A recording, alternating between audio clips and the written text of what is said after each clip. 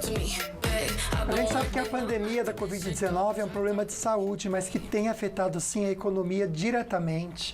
E a gente também sabe que muitos empresários, infelizmente, estão fechando as portas, estão entrando em falência. Mas será que é tão simples assim declarar falência, Sol? Pois é, recuperação judicial, falência, a gente escuta tanto falar nisso, né? Mas realmente aquilo que serve para você, o que é? Ele está em São Paulo nos orientando, é o advogado Felipe Pacheco. Felipe, chegou uma perguntinha do Adriano Renó. Vamos conferir. Olá, após o decreto fui obrigado a fechar as portas da minha empresa e com isso eu não consegui mais ter uma saúde financeira e minha empresa veio fechar.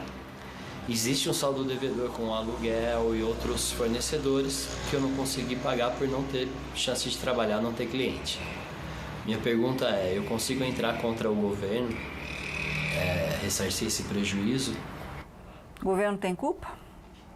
Essa tem sido uma questão recorrente, inclusive no âmbito das fake news, porque muitas vezes as pessoas ficam falando, né? Eu já recebi aqui diversas correntes, falando, não, isso é tudo culpa do governo e a gente vai quebrar o Brasil, inclusive com as indenizações que vai pedir do governo. Enfim, o que existe hoje em termos de legislação, existe um dispositivo, tá, na CLT, na consolidação das leis do trabalho, que trata de uma questão que as pessoas estão interpretando, a meu ver, e acho que majoritariamente os juristas também têm visto assim, não seria aplicável no caso de pandemia, tá?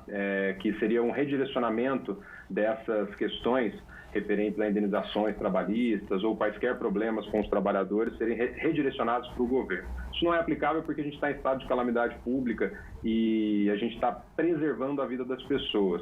Então, acho muito difícil que isso aconteça, tá? A gente teve o exemplo no Rio de Janeiro com a Fogo de Chão, que fez esse pedido, foi amplamente divulgado na mídia, etc.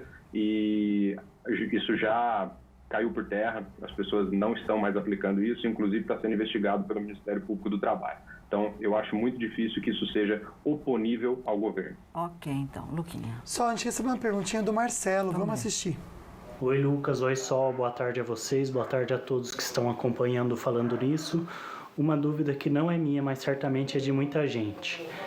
Quando uma empresa declara falência, antes ela deve fazer o quê?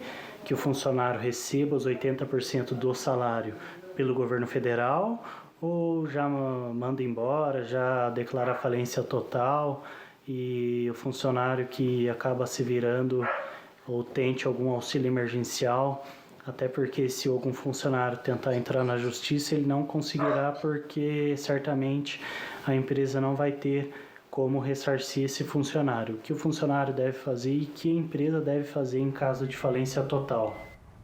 E aí, Felipe? Legal. O que acontece, que acho que tem que ficar claro aqui para os telespectadores, é que a falência nada mais é que a morte da empresa, tá?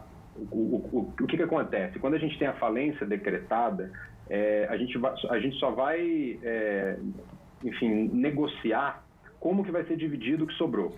Tá? E quando não sobra nada, a gente não tem como dividir muita coisa. Então, quando você tem a falência decretada, e a falência pode ser uma autofalência, eu posso pedir a minha própria falência, se eu for a própria empresa pode pedir a autofalência, só que é muito delicado, porque a gente tem que afastar todas as possibilidades de fraude, etc. Ou alguém pode pedir a falência da minha empresa. Se decretada essa falência, a partir deste momento, a gente só vai fazer uma conta de chegada, tá? Assim, o que sobrou, quais são as ordens, a hierarquia dos credores, porque isso existe dentro do processo de falência, né? A gente vai saber lá credores que têm algum tipo de garantia que é prioritária, credores que não têm garantia, créditos fiscais, etc. E a partir disso, o que sobrou, a gente divide entre essas classes, tá? A falência basicamente é isso. Antes da falência, a gente tem essas questões com os trabalhadores. O fato importante é que em qualquer procedimento de insolvência que a gente conhece, os trabalhadores eles sempre têm prioridade, eles sempre estão lá em primeiro lugar. Então, seja na recuperação judicial, seja na recuperação extrajudicial, ou seja na própria falência, eles têm essa prioridade no recebimento dos créditos.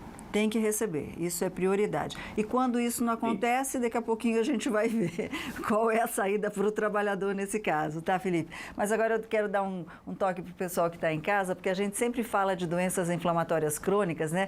Como a psoríase, doença de Crohn, artrite, entre outras. E para tratar qualquer uma delas, você tem quem? A Vale Infusões, que é uma equipe formada por 11 médicos especialistas no diagnóstico de doenças autoimunes. Tem dermatologistas, gastroenterologistas, reumatologistas, além além do atendimento clínico, a Vale Infusões tem o projeto Cuide-se. O paciente tem auxílio de psicólogos, nutricionistas e fisioterapeutas e não paga nenhum centavo a mais por isso. Luquinha, é incrível. Viu? Incrível mesmo. Todo mundo que vê lá fica super feliz pela indicação que a gente faz aqui com todo carinho, né? Só, a gente está em casa, mais gente aí gastando dinheiro, né? E a gente fica pensando, vou lá com a Sol, Vem Igor. comigo, é lógico, E a gente fica convidado. pensando aqui, e a gente fica pensando assim, né? Vamos gastar mais energia ou não? Será que tem como? Vamos aprender a economizar energia porque cresceu, né, o consumo de energia em 9% em abril em relação ao mesmo período do ano passado, né, consequência do quê? Do isolamento. E ele entende tudo de energia elétrica, nosso querido amigo que é gestor da IDP, Roberto Miranda.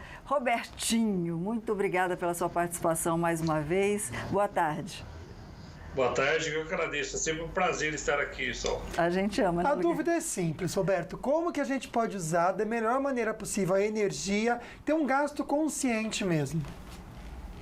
Bom, acho que o primeiro ponto nisso tudo é verificar se a instalação residencial ela está adequada ao que você vai utilizar, né?